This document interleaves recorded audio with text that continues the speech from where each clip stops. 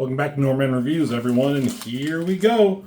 We're off and running. We're deep. Well, we're not deep. We're in the beginnings of the Age of Apocalypse. We saw how Professor Xavier was killed in the past by his own son 20 years in the past, and that led off a chain of events where Xavier obviously did not create the X-Men.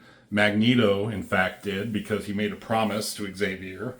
And to kind of see his dream come true. But because Xavier and the X-Men, that version of the X-Men didn't exist, Apocalypse was able to take over. So good job, Magneto. You fucking suck, man. So then there was X-Men Alpha, which kind of introduced all the major characters and all the major plot points. And the biggest of that is Bishop, who was back in time as part of a group of X-Men to try to stop Legion. Once they failed, and Xavier was killed, Bishop, being time displaced as he is for whatever reason, he was left in the past. And now in the present, in this new reality, he is kind of, I don't know, people call him a madman because he has these insane ramblings about a better world of Xavier and his X-Men and Rusty the Cat. And that is going to kickstart this whole series of comics about what Magneto wants to do with that information. He's going to dispatch teams around the world to try to see if that claim that Bishop has is true, which we all know it is. But then we're going to see that some other stuff is going on that they're going to have to deal with as well. So this was my first entry into the Age of Apocalypse. For whatever reason, I was not able to pick up X-Men Alpha. It had a cool cover by Joe Mad, but the interiors were done by Roger Cruz. And Rusty, your ass is in the way. And I guess it was just sold out in my area, and I just was not able to get it, which really fucking pissed me off. But I was able to get Astonishing X-Men #1. Not to be confused, I think there's been 3 titles named Astonishing X-Men. I swear there was a second one in later 90s, early 2000s that had something to do with something like a little mini-series. And then there was the Joss Whedon one that I just got finished looking over. But this is the original Astonishing X-Men. And this was, each X-Men book was canceled and got turned into a new book. Uncanny X-Men became Astonishing X-Men. And that creative team came over too, which was drawn by Joe Madureira. So this was my introduction not only to the Age of Apocalypse, but to Joe Mad's art himself. I think I had seen some stuff here and there in Uncanny X-Men as he was kind of defining himself and, improving his craft.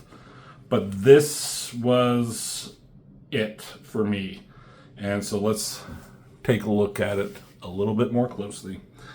So here's Magneto. He's got his long hair and these little braids or pigtails. He's got a tie in the back too. Classic Magneto outfit. Not much in the way of backgrounds. I'm learning more and more that Joe Madureira does not put a lot of backgrounds in.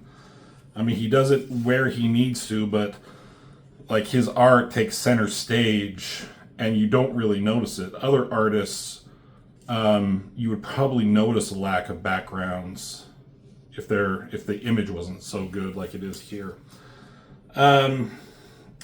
This came out in 1994. I was 12 years old, I think. And at the time, I didn't have a lot to do. I mean, there was video games, there was movies, there was playing with friends, but I still, was collecting action figures. And I'm not, embarrassed to say that I would play with those action figures. And I would use this line when I would play. I would kind of recreate certain things and have Magneto as a leader. I had a toy of Magneto. And he says, well, there's some text box here. There always is in X-Men comics, right? And he's basically blah, blah, blah. He's Magneto. Cool, cool, cool. And he knows what he's asking his comrades to do is to say he's asking them to die. And I'm not even going to try to sugarcoat this, my friends. Anyone willing to take part in this raid isn't likely to make it back alive. I would use that line with my toys. It was always X-Men toys that I had. And then Nightcrawler. So there's Storm's luscious leg. Morph there in the background. And then you got the X-Men, as it were. This version of X-Men. There's Quicksilver, there's Iceman, there's Sabretooth with Wild Child somewhere. And there's Morph, morphing as Sabretooth. There's Storm, Banshee, and Nightcrawler. And then Magneto. And they all have like a little something to say. Yeah, you're sending us on a suicide mission. How's that different from any other? All just saying stuff, you know? And it's like, if we can't trust Magneto, Nightcrawler says, who can we trust? Right, Rusty? Yeah, buddy.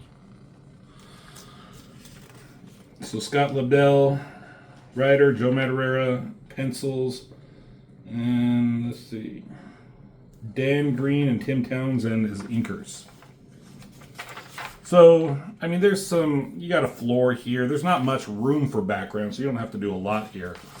But then, like, cool. There's the establishing shot of where they're at. They're inside a mansion, cool down angle, cool effect with the shadow on the tile floor. And then the windows and everything, portrait of Magneto. God damn it, Rusty.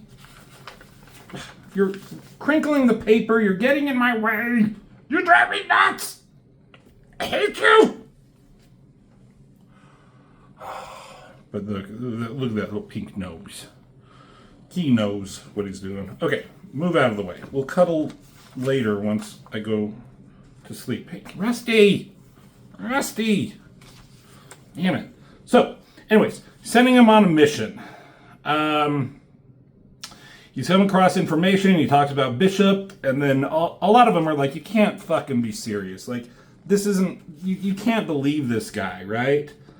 And, you know, Quicksilver and Magneto, they're actually, it's fun to see, like, the different personalities you can give with people.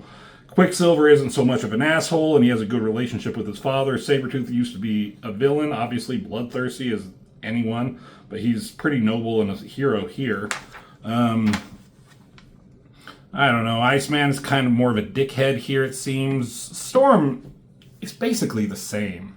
There's nothing much different about her, I feel. Not much different about Nightcrawler, not much different about Banshee. Magneto's a good guy, obviously. But so Quicksilver's saying, like, yeah, this war against Apocalypse sucks. But, you know, to believe Bishop is fucking madness. And Magneto's like, yeah, but is it less mad to believe a handful of mutants might have saved the world? So out of nowhere, a portal opens, it blinks open.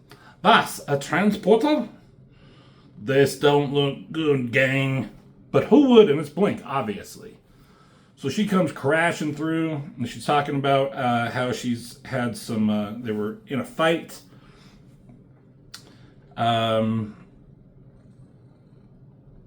Let's see. Yeah, they were in a fight, but who cares at the second, because someone's coming in after her. And there's fucking Sunfire. And he's just like supernovaing. He's looking like the Human Torch here. So, I mean, he's coming in way hot, and they have to like try and disperse the flames. Sabretooth cracks a joke about wanting to roast Morph. And, Jesus, ads. You know what I mean, Rusty? Magneto uses his powers to engulf, like a hand coming up out of the ground, to grab onto Sunfire here, but it's still too hot. The flames aren't going out, but Iceman, he does the trick. And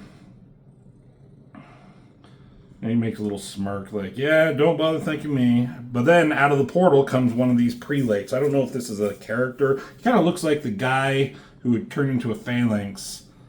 I don't know if that's the same guy. Maybe it's just the way Joe Mad draws that face. Look at that, like, a lot like that comically large mouth. You have to really know what you're doing to exaggerate that kind of stuff. This guy grabs onto Nightcrawler and it burns so bad and it's too hot that he can't concentrate enough to port, it says. And he's about to crush Blink there, and she's like, she says, any last words? She says, sorry guys, and see ya, and her eyes blink. It's a cool little effect. Rusty, you make things hard. And she pulls a Wong from Avengers Infinity War, cuts this guy right in half. I mean, Wong only did the fucking hand. That's what they should have done to Thanos, right? So they're talking to Sunfire, and they're like, why did you guys do this? They're like, they were fighting an Infinite, as they were called, and they were losing, so she came here, but like, why did Sunfire come in so hot? And Magneto's like, yeah, he came for a reason, he risked us all, there had to be a reason, and he's like, yeah. He talks about the reported culling, the one in Seattle. Apocalypse claimed ignorance in light of the Kelly Pact. Because there's like, he's having negotiations with the humans to kind of cease fire and stop whatever. So he's like, yeah, Apocalypse is like, I don't know about any cullings, what are you talking about? But Sunfire saying here says that he lied. The cullings have begun, and they were being carried out by Apocalypse's son, Holocaust. And Holocaust is a bad motherfucker. So they're all like, what the fuck, man? With all the designs, Sunfire had one of the coolest redesigns. And, I mean, he has this traditional, like, red outfit from the old issues of X-Men. He was one of the new X-Men, right? When Wolverine and Colossus and those guys came, yeah, it was Sunfire, Banshee, Thunderbird, very international team. He was the Japanese member, I guess you would say. But he had a very cool. It doesn't have a great shot of it in this, but a cool like containment suit thing going on here, with like the Japanese flag, that red sun on his forehead. Cool design. I like it. Rusty, come on.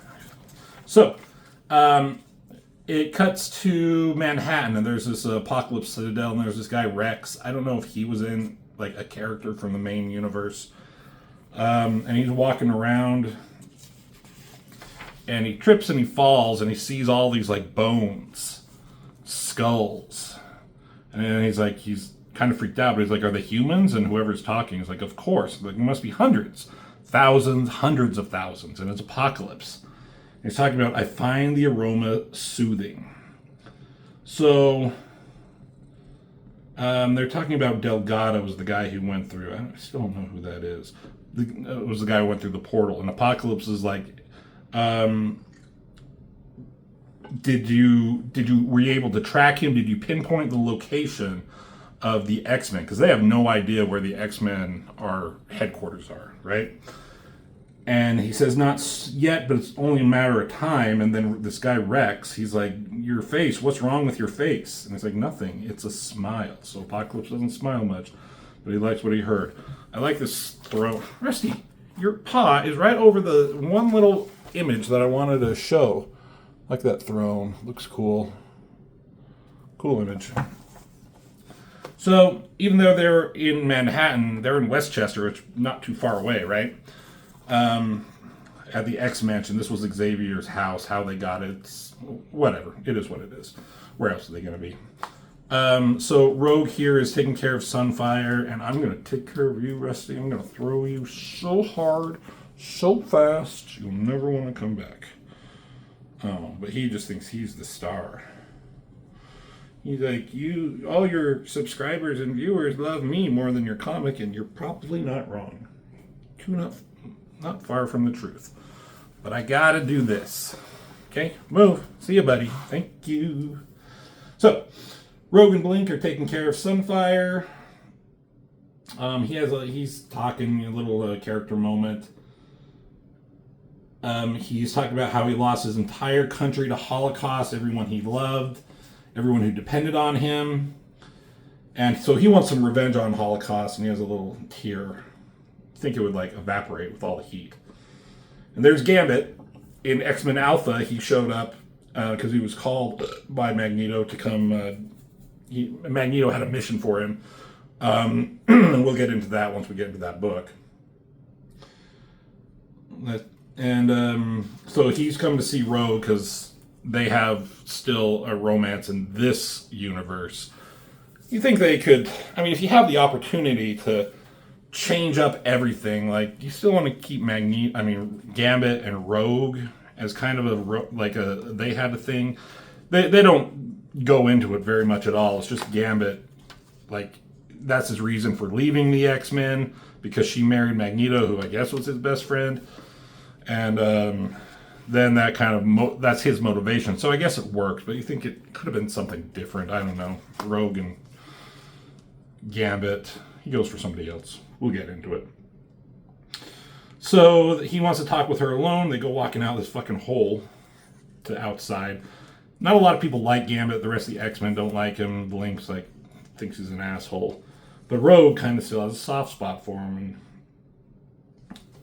they're kind of having their last goodbyes. And he's kind of asking for, maybe a goodbye kiss. And she's like, I'm married to your best friend. And he said he was my best friend. That changed a long time ago, basically when he married her. What's up with her hair? I don't like that haircut. Anyways. But they're almost going to have a little moment here. And now, from what I understand, this Rogue, there's Rogue's son, right? Rogue and Magneto have a son. And they established, I think it was in this, I don't think they did it anywhere else, and then they redid it in X-Men 97. The idea that Magneto could have a protective magnetic field over himself, and that's how they were able to conceive a child. That's how they were able to kiss. In the comics, when they first started, Rogue and Magneto, it was in, a Jim Lee issue. That was the Savage Land in her sexy Savage Land outfit. She didn't have her powers at the time, so it didn't matter. But here, I think this is where they established it, so that's how they were have a kid. Now, Rogue's powers, she touches people, right? But she doesn't have the Ms. Marvel power. She doesn't have the flight and the strength, but she has magnetic powers. So somehow, banging Magneto, she got his magnetic powers along with her still touching. So maybe that's what Gambit's counting on with this, hopefully having a kiss with her. And those luscious lips. Is she's putting a magnetic field around herself? Maybe. But before they can, Blink comes in with her little boy, Charles, and to kind of ruin the moment, which it works, and she walks away with her son. Like, good job, Rogue. Relationships are, complicated and tricky, and when you think you're in a Holocaust apocalyptic world, you may make bad choices sometimes. But she doesn't, and Gambit's like, feel better? Not while you're alive. And he's like, that's good news. And it looks like he jumps off the ledge here. He leaves, but he just yeets himself off the fucking balcony. And he says, doesn't look like I'm going to be that way for much longer. So Gambit feels he's going on a suicide mission too. All the X-Men are going on suicide missions. I say a lot, backgrounds be damned when it comes to Joe Mad. But there's some great backgrounds here, establishing shots, walking out there. Now they're outside. You don't need them here, here, here, or here. She's through the hole. Don't need him. He knows when and where to do the backgrounds. And then this is a cool shot. That's all backgrounds here. Nice down angle. Again, cool effect with the shade, the shadow, the floorboards there. Nice ink lines going on there. Looks like Magneto's face. And Nightcrawler comes out of the shadows. It's cool images, right? When there's not a lot of action, not a lot of stuff going on, that's when you have the opportunity as an artist to do some cool figure shots, when it's just going to be filled with some text there. When they're actually doing something, that's when I think it's kind of dumb to put one big image there and smaller issues where they're actually doing some kind of activity. But these guys are just talking, so it kind of works here. And so this is where they're kind of talking about all the things that are going on. And even because they have a plan with Bishop, so he's sending Nightcrawler off to find Mystique and Destiny. Well, sending Nightcrawler to get his mother, Mystique, to go find Destiny to see if she can put some truth to it. They're going to send a team to help with a evacuation, and working with the Human High Council to liberate the human population along the northeastern coast. That's going to be an amazing X-Men. And then asking him to find Destiny.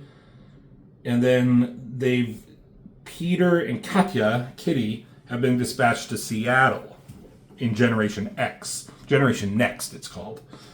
So, yeah, there's a lot of stuff going on throughout all these issues. So they're just having a conversation about that. Like, do you trust me? Yes, I do. And Magneto's kind of remembering when Legion was killed Xavier. He's like, all I was thinking about was my friend dying in my arms, but I remember this man, this black man, a vague recollection, who kind of wandered away. And it's like, could that guy have been Bishop, the one I was talking about? I mean, the guy, he's talking about this whole thing. So, is it possible that Xavier could have, prevented all this?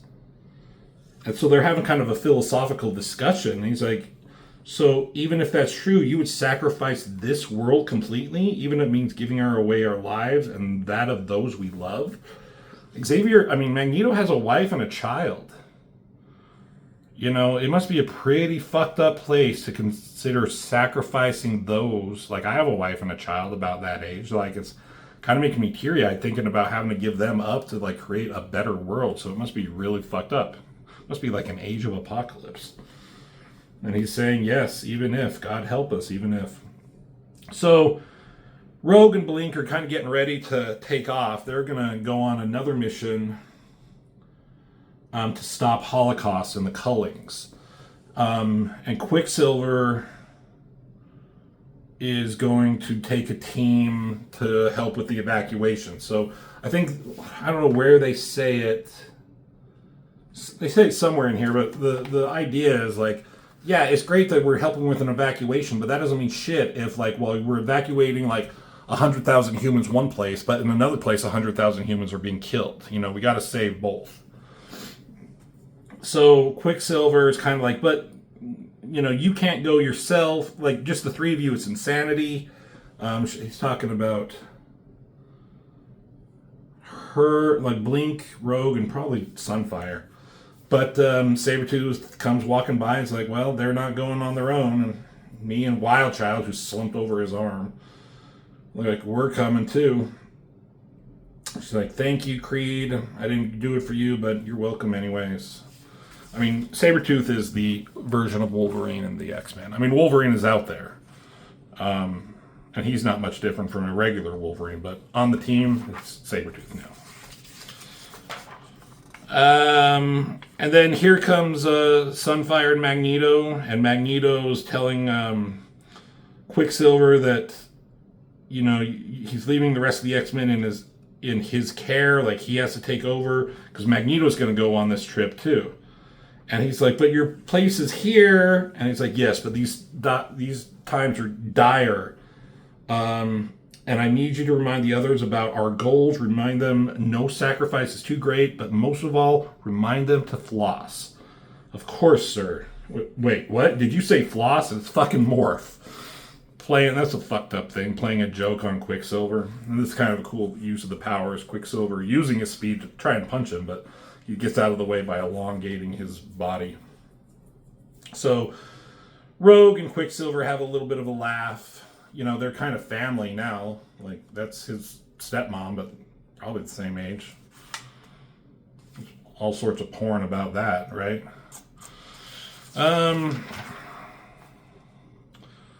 So they say their goodbyes. They have a hug, and then she's using her magnetic powers to lift off. And, they're like strapped in these, pods here or something. And here's Bishop. He comes out of nowhere. He's like, wait, I don't get it. Like, why are you throwing your lives away? Why are you going on these insane random suicide missions when, like, you know what you need to do. You need to change the world. And he's like, well, would your X-Men have done anything differently? Would they have stopped to try to save lives?